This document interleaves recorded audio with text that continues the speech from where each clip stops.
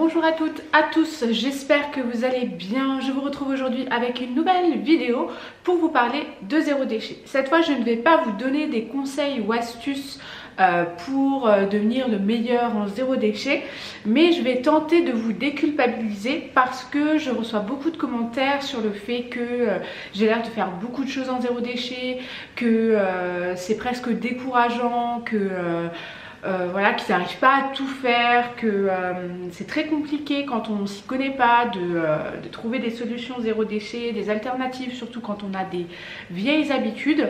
Et du coup, je voulais vraiment faire cette vidéo pour vous montrer que ce n'est pas parce que je parle de zéro déchet, que je fais des vidéos pour vous donner des conseils, que je suis parfaite dans ma démarche.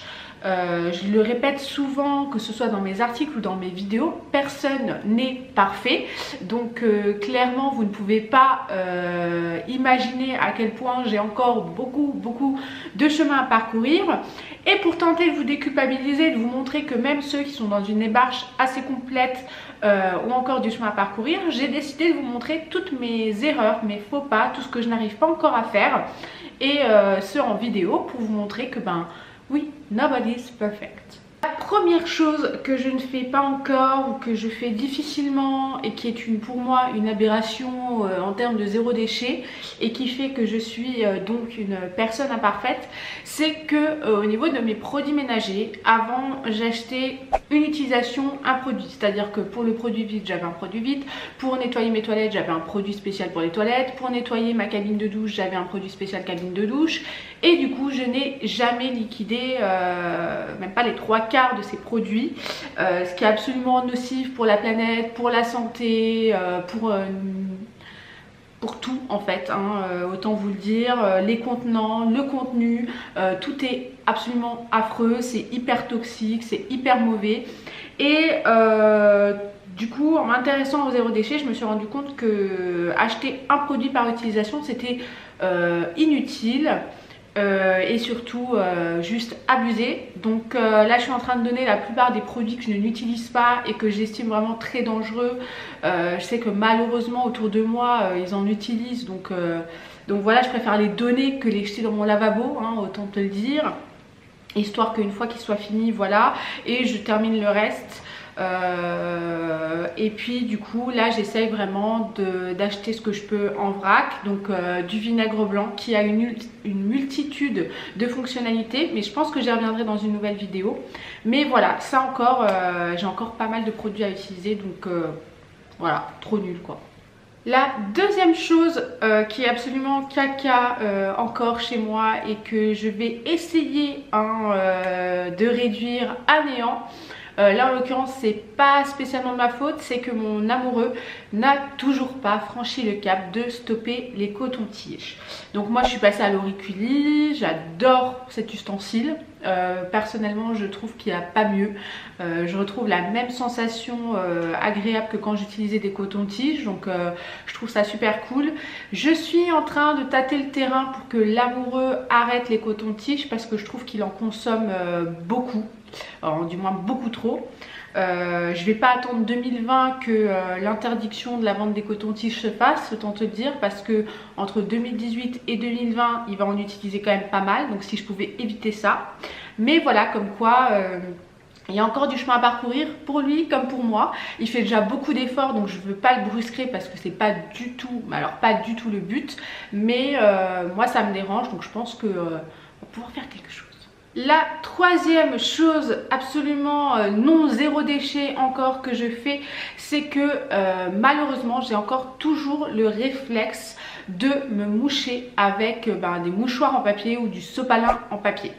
Je suis pas encore passée par le cap des mouchoirs en tissu, ce qui est absolument stupide en fait, parce que même moi je trouverais ça beaucoup plus intelligent, beaucoup mieux, ça nous ferait faire des économies. Est-ce que tu as déjà vu le prix du sopalin mec et des mouchoirs? Des fois c'est juste abusé. En plus de ça, ça me coûte rien. J'ai des vieux t-shirts que je pourrais facilement transformer en mouchoirs. Chez ma grand-mère, dans ses placards, si moi j'ai pas envie de me mettre à coudre, et je suis sûre que c'est pareil chez toutes vos grand-mères, vos grands-pères, Il doit y avoir des millions et des millions de mouchoirs en tissu inutilisés que vous pouvez laver et remettre au goût du jour si vous voulez ajouter un peu de broderie ou peu importe. On n'a plus d'excuses en fait, donc clairement, il faut que j'aille chez ma mamie ou que je prenne mes t-shirts, que je me mette à les découper parce que vraiment j'ai toujours ce mauvais réflexe. Je sais que mon copain lui aussi a du mal avec ça. Il me dit ouais mais c'est dégueulasse, tu prends ton mouchoir en tissu, tu te mouches, il est mouillé, tu dois le mettre dans ta poche. En fait tu fais exactement pareil avec un mouchoir ou un sopalin en papier. T'as le même réflexe, tu ne le mets pas sur ton bureau comme ça, tu le mets dans ta poche, le truc est mouillé et en plus vu qu'il est moins épais, le truc se troue, tu t'en mets partout alors que avec un mouchoir en tissu, a priori ça ne risque pas de t'arriver. Donc ça c'est vraiment quelque chose que je dois réaliser, du moins je pense que ça devrait être possible de le faire. Encore une chose que je ne fais pas, comme quoi vous voyez la liste se rallonge petit à petit, je crois qu'il y a une dizaine de choses hein, donc vous voyez hein, quand je dis que personne n'est parfait, personne n'est parfait. Et encore une chose que j'ai et qui m'embête un petit peu, c'est que en fait je suis une fan absolue des gels douche. Voilà, depuis toujours, quand je vais chez DM en Allemagne, j'adore sentir les gels douche, voir les nouveautés, etc. Et du coup j'ai encore un petit stock, je dirais pas énorme hein, parce que c'est pas vrai, je crois que je dois en avoir 6 grands maxi, un petit stock de gel douche à écouler, donc que je vais écouler pour ensuite le remplacer par des savons corporels en pain de savon ou du savon de Marseille qui fonctionne très bien aussi. Donc voilà, malheureusement j'ai encore des tubes à jeter. Pareil pour le shampoing, il me semble que, ou l'après-shampoing plutôt, parce que les shampoings j'ai plus que des shampoings solides, mais pour l'après-shampoing il me reste encore quelques tubes à écouler, donc là pareil à éliminer, mais je pense que je suis sur la bonne voie hein, mais c'est vrai que on a tous des tas de produits cosmétiques, que ce soit les gels douche ou les après-shampoings hein. Même pour les produits de beauté de manière générale, j'ai des choses qui ne servent absolument à rien et que je pourrais remplacer par des produits naturels qui sont achetables en vrac, etc. Donc voilà, encore un petit stock de douche et de gel douche et d'après-shampoing pour pouvoir entamer une démarche zéro déchet encore plus complète. Dans ma démarche de zéro déchet, toujours, je rencontre une petite difficulté, une autre que j'ai du mal à franchir, c'est qu'en fait, il y a encore pas mal de produits quand je vais en course que je ne peux pas acheter en vrac, sans emballage. Je parle surtout de mes courses que je fais chez Naturalia ou dans toute boutique bio, comme le tofu, le tempeh ou tous ces simili quelque chose qui sont malheureusement emballés dans des contenants en plastique qui sont des plus ignobles contenants en plastique du monde hein. C'est un truc hyper serré, enfin une poche absolument dégueulasse hein, soyons clairs. Et j'ai encore du mal à me passer de tous ces produits parce que c'est des produits que j'aime consommer, que j'aime manger, qui me permettent de faire pas mal de recettes. Donc voilà, là ça génère quand même quelques déchets. Après la majorité de mes courses restent sans déchets puisque les légumes je les mets dans des filets à légumes ou des tote bags ou des poches dédiées. Pour ce qui est du reste, tout est en vrac, la farine, le sucre, etc. Je vous remettrai dans le petit comment je fais mes courses si ça vous intéresse. Mais c'est vrai que ces produits là, même parfois les sauces tomates qui sont dans des contenants en verre, parce que parfois j'ai pas le temps de tout faire maison moi-même, je ne peux pas, ou alors il faudrait que je sois 4 personnes, une qui va au travail, une qui va à la danse, une qui s'occupe du blog, une qui s'occupe de la cuisine, une qui s'occupe de mon copain, enfin d'un moment je ne peux pas me décomposer en plusieurs personnes. Donc voilà, c'est vrai que les achats en course génèrent encore quelques petits déchets à maîtriser, à contrôler, à faire attention. Je ne sais pas si ça je pourrais le changer, en tout cas pas tout de suite, tant qu'il n'y aura pas d'autres alternatives, à moins qu'ils sortent un emballage dans l'avenir qui soit beaucoup plus respectueux de la planète et moins catastrophique. Mais en attendant, voilà, je pense que ça, du moins ça restera comme ça, mais voilà. Il y a une autre chose que j'ai du mal encore, avec laquelle j'ai du mal, c'est mon mois en voyage. C'est vrai qu'en voyage, on a tendance à générer beaucoup de déchets quand on va dans des endroits où les salades sont servies dans des trucs en plastique, ou quand on va dans des endroits où ils donnent ta boisson avec une paille, quand on va dans des endroits où on te tend toujours 1 milliard de trucs inutiles en plastique de manière générale. Et c'est vrai que parfois par rapport à la culture du pays, etc., tu n'oses pas refuser ces éléments en plastique par peur de blesser ou de ne pas être comprise. Pour vous donner un exemple, en Turquie, quand j'étais à Istanbul l'année dernière, là-bas ils servent automatiquement quand tu demandes de l'eau soit des bouteilles en plastique, donc des petites bouteilles traditionnelles, soit carrément des espèces de petites coupelles d'eau dans un truc en plastique très très fin avec un opercule en aluminium comme un yaourt pour le boire. Donc en gros tu as 2 gorgées dedans et tu le jettes.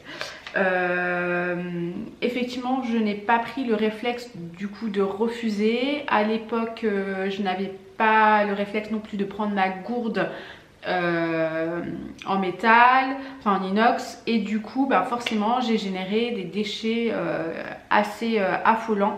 Donc c'est vrai que j'ai encore beaucoup de chemin à parcourir en voyage. Il faut que je m'informe là-dessus pour savoir comment faire, quels éléments je peux emporter en bagage en soute, parce que je voyage souvent en low cost pour des petits trajets, donc du coup m'informer aussi là-dessus. Voilà, en voyage c'est vrai que parfois c'est compliqué, soit par rapport à la culture où on n'ose pas, soit parce qu'on a nos vieux démons qui reviennent et que tu oublies de dire non pour une paille ou non pour un sachet plastique. Et aussi parce que les gens avec qui je pars en vacances sont beaucoup moins sensibilisés à cette cause du zéro déchet et de l'écologie. Et du coup quand eux demandent un plastique ou ont un plastique, je me vois pas spécialement les agresser en leur disant je partirai plus jamais avec toi en vacances, t'as accepté un sachet plastique. Non, hein, clairement non. Je veux bien sensibiliser, mais forcer les gens c'est pas trop mon truc, autant te le dire. Donc voilà, beaucoup d'efforts à faire là-dessus aussi. On passe à normalement l'avant-dernière chose, hein, si je dis pas de bêtises, avec laquelle j'ai du mal, c'est au travail.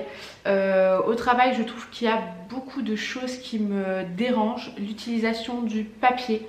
Il y a certains de mes collègues que j'adore, hein, mais qui impriment tout et n'importe quoi alors que ça n'a pas lieu d'être, clairement. Mais parfois ils sont obligés parce qu'il faut imprimer le papier pour le remplir, pour le scanner, parce que le PDF remplissable n'existe pas. Hein. On est dans un processus d'automatisation au boulot, mais c'est vrai que parfois on imprime encore beaucoup trop.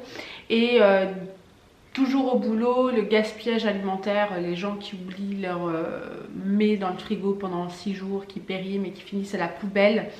Ça aussi c'est vrai que j'ai un peu de mal avec ça. Donc au travail c'est vrai qu'il faut faire attention. Moi mon rôle aussi c'est de trouver des améliorations pour que justement il y ait moins de papier imprimé, que tout se fasse par PDF remplissable, que tout se fasse via ordinateur pour limiter justement la génération de déchets. Donc je sais qu'il y a beaucoup d'entreprises qui font très attention à ça, qui parviennent à presque on va dire 90-95%.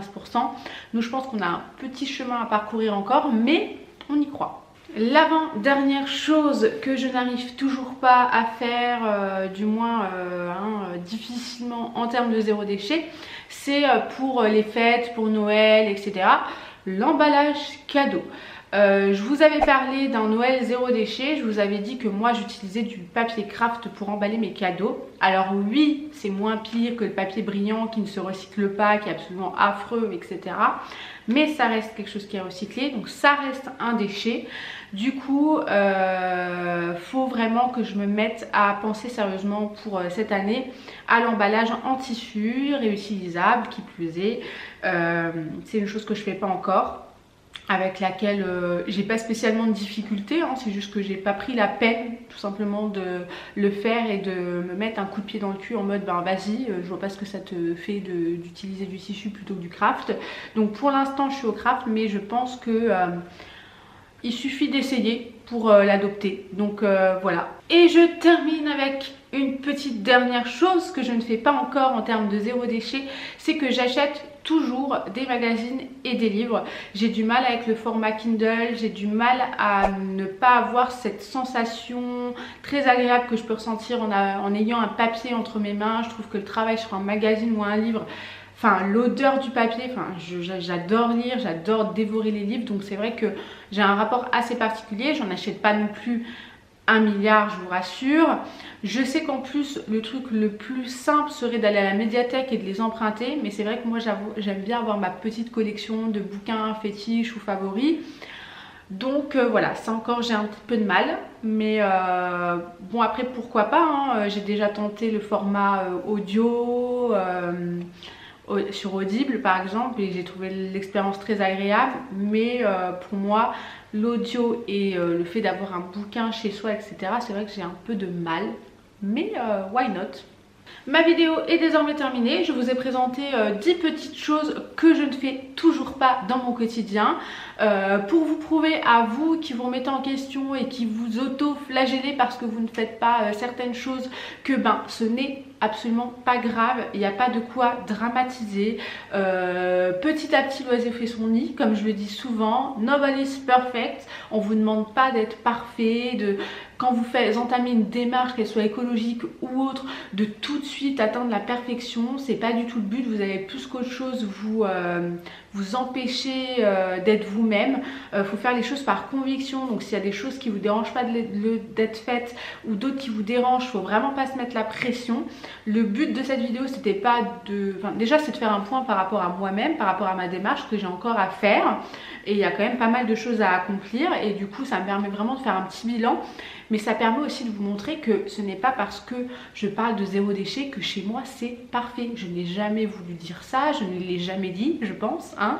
J'ai encore beaucoup de choses à faire, beaucoup de chemin à parcourir. Il y a des maisons qui doivent être 100 fois plus zéro déchet que moi, c'est sûr, qui ont une démarche encore plus complète et accomplie que la mienne. Mais ce n'est pas grave, je ne vais pas m'auto-frapper, me frapper moi-même parce que tiens, j'ai encore du sopalin chez moi. Ce n'est pas grave, je fais des choses, je les fais petit à petit, à mon rythme. J'essaye de ne pas brusquer aussi mon copain parce qu'on vit à deux, donc je ne peux pas me permettre de tout lui imposer sans lui demander son avis. Ça c'est hors de question pour moi. C'est le meilleur moyen de braquer les gens, c'est de faire ça. Donc voilà, ce n'est pas grave, personne n'est parfait. Répétez-le vous dans votre tête pour que ça rentre bien. Il n'y a pas de malaise, il n'y a pas de problème. Vous allez y arriver de toute façon, puisque de toute façon on n'aura pas le choix. L'état actuel de la planète va forcément amener de nouvelles mesures qui seront obligatoires. Je parle des cotons-tiges en plastique tout à l'heure, mais ça va être tout autre chose aussi. Les pailles par exemple, etc. qui vont être interdites, comme les sachets en plastique qui sont de plus en plus, en tout cas dans les supermarchés. Donc voilà, ce n'est pas grave, il ne faut pas se culpabiliser, il ne faut pas se matraquer de mauvaises idées parce que d'habitude vous prenez pas les pailles et là vous en avez pris une. Voilà, il faut juste se remettre en question, savoir se dire que tiens, j'ai merdé, mais trouver des solutions à son rythme. Et voilà. Si cette vidéo vous a plu, du coup, comme d'habitude, un petit pouce en l'air, un petit abonnement. Si vous n'êtes toujours pas abonné à ma petite chaîne, ça me fera toujours plaisir. N'hésitez pas à me dire en commentaire ce que vous pensez du zéro déchet, ce que vous faites comme démarche, ce qui vous dérange un petit peu, ce qui vous freine un peu dans votre démarche justement. Et puis en attendant, je vous fais d'énormes bisous et je vous dis à la prochaine.